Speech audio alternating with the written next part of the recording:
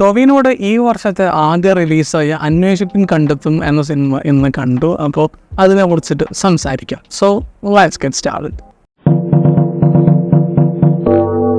ഒരു 90s അല്ലെങ്കിൽ അങ്ങനത്തെ ഒക്കെ ഒരു കാറ്റഗറിയിൽ വരുന്നൊരു ടൈം ലൈനിലാണ് ഈ സിനിമയുടെ കഥയും കാര്യങ്ങളൊക്കെ നടക്കുന്നത്. ഇതൊരു ഇൻവെസ്റ്റിഗേഷൻ ഡ്രാമയാണ്, ത്രില്ലറാണ്, അങ്ങനത്തെ സംഭവങ്ങളാണ് എന്നൊന്നും വിചാരിച്ചിട്ട് ഈ സിനിമ കാണരുത്. ഇത് പക്ക ഒരു ഇൻവെസ്റ്റിഗേഷൻ ഡ്രാമ രീതിയിൽ പോകുന്നൊരു സിനിമയാണ്.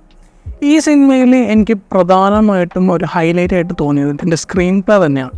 കാരണം ഇതിൽ വരുന്ന എലമെൻറ്റുകൾ അല്ലെങ്കിൽ പറയുന്ന കുറേ സസ്പെൻസുകളും അങ്ങനെയുള്ള സംഭവങ്ങളൊക്കെ ജസ്റ്റ് പ്ലെയിനായിട്ട് പറഞ്ഞു പോവുകയാണ്. അല്ലെങ്കിൽ അങ്ങനത്തെ ഒരു കാര്യം പോയിൻ്റ് ഔട്ട് ഇത് ജസ്റ്റ് പറയുകയാണെങ്കിൽ ഒരു പക്ഷേ അത് ക്ലീശയായിട്ട് തോന്നാവുന്ന അങ്ങനത്തെ എലമെൻസാണ്. അപ്പോൾ അത്രയും റൂട്ടീനായിട്ട് തോന്നിപ്പിക്കുന്ന ഒരു സംഭവം വന്നു കഴിയുമ്പോൾ ഒരു പക്ഷേ ഈ സിനിമ അങ്ങനത്തെ ഒരു ബേസിൽ ചിലപ്പോൾ ക്ലീശയായിട്ട് ചിലപ്പോൾ അവസാനിക്കാം. പക്ഷേ ഈ സിനിമ അങ്ങനെയല്ല കൊണ്ടുപോയത്. അതിൻ്റെ മെയിൻ കാരണം സ്ക്രീൻ പ്ലേ ആയിട്ട് തന്നെയാണ് എനിക്ക് തോന്നിയത്. കാരണം അത്രയും എൻഗേജിങ് ആയിട്ടാണ് ഈ സിനിമ കൊണ്ടുപോയത്. ഈ ആദ്യ ഹാഫിലൊക്കെ നടക്കുന്ന ഇൻസിഡൻറ്റും കാര്യങ്ങളൊക്കെ വെച്ച് പോകുമ്പോഴത്തേക്കും ഒരു ഇൻട്രസ്റ്റ് കൊണ്ടുവരുന്നുണ്ട് ഈ സിനിമ. അത്രയും നല്ല എൻഗേജിങ് ആയിട്ട് ഇങ്ങനെ കണ്ടിരിക്കാം എന്നുള്ള ടൈപ്പിൽ നല്ല എൻഗേജിങ് സംഭവമൊക്കെ ഈ സിനിമയുടെ അകത്തുണ്ട്. അപ്പോൾ അത്തരം നേരം എന്നെ നന്നായിട്ട് ഈ സിനിമ ആ കാര്യത്തിലൊക്കെ സാറ്റിസ്ഫൈ ചെയ്ത് കൊണ്ടുപോയിട്ടുണ്ട്.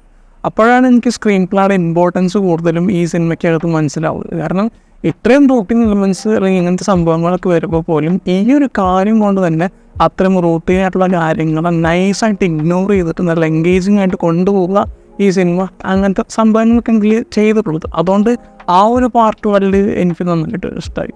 ടോവിനോയുടെ പെർഫോമൻസ്, അങ്ങനെ പലരുടെയും പെർഫോമൻസുകളൊക്കെ എനിക്ക് കൺവിൻസിങ് ആയിട്ട് തോന്നിയിട്ടുണ്ട്. പിന്നെ ഇടയ്ക്ക് ചില കോമഡി സെഗ്മെൻറ്റുകളൊക്കെ വന്നിരുന്നു, അതെല്ലാം ഇൻട്രസ്റ്റിംഗ് ആയിട്ട് തോന്നിയിട്ടുണ്ട്.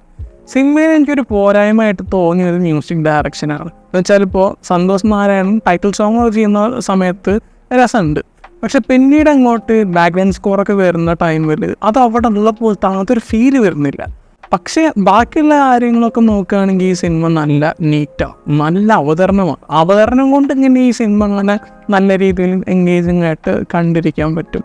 ആൻഡ് ആവശ്യമായ രീതിയിലുള്ള ഇമ്പാക്റ്റുകളൊക്കെ ഈ സിനിമയിൽ വന്നിട്ടുണ്ട്. അവിടെയും ഈ സിനിമ നന്നായിട്ട് വർക്കാവുന്നുണ്ട്. അപ്പോൾ അത്തരം സംഭവങ്ങളൊക്കെ ഉള്ളതുകൊണ്ട് നീറ്റായിട്ട് കണ്ടിരിക്കാവുന്ന ഒരു സിനിമയായിട്ടാണ് എനിക്ക് തോന്നിയത്. ഓക്കെ, അപ്പോൾ മറ്റൊരു വീഡിയോയുമായിട്ട് പിന്നെ വരാം. Bye guys.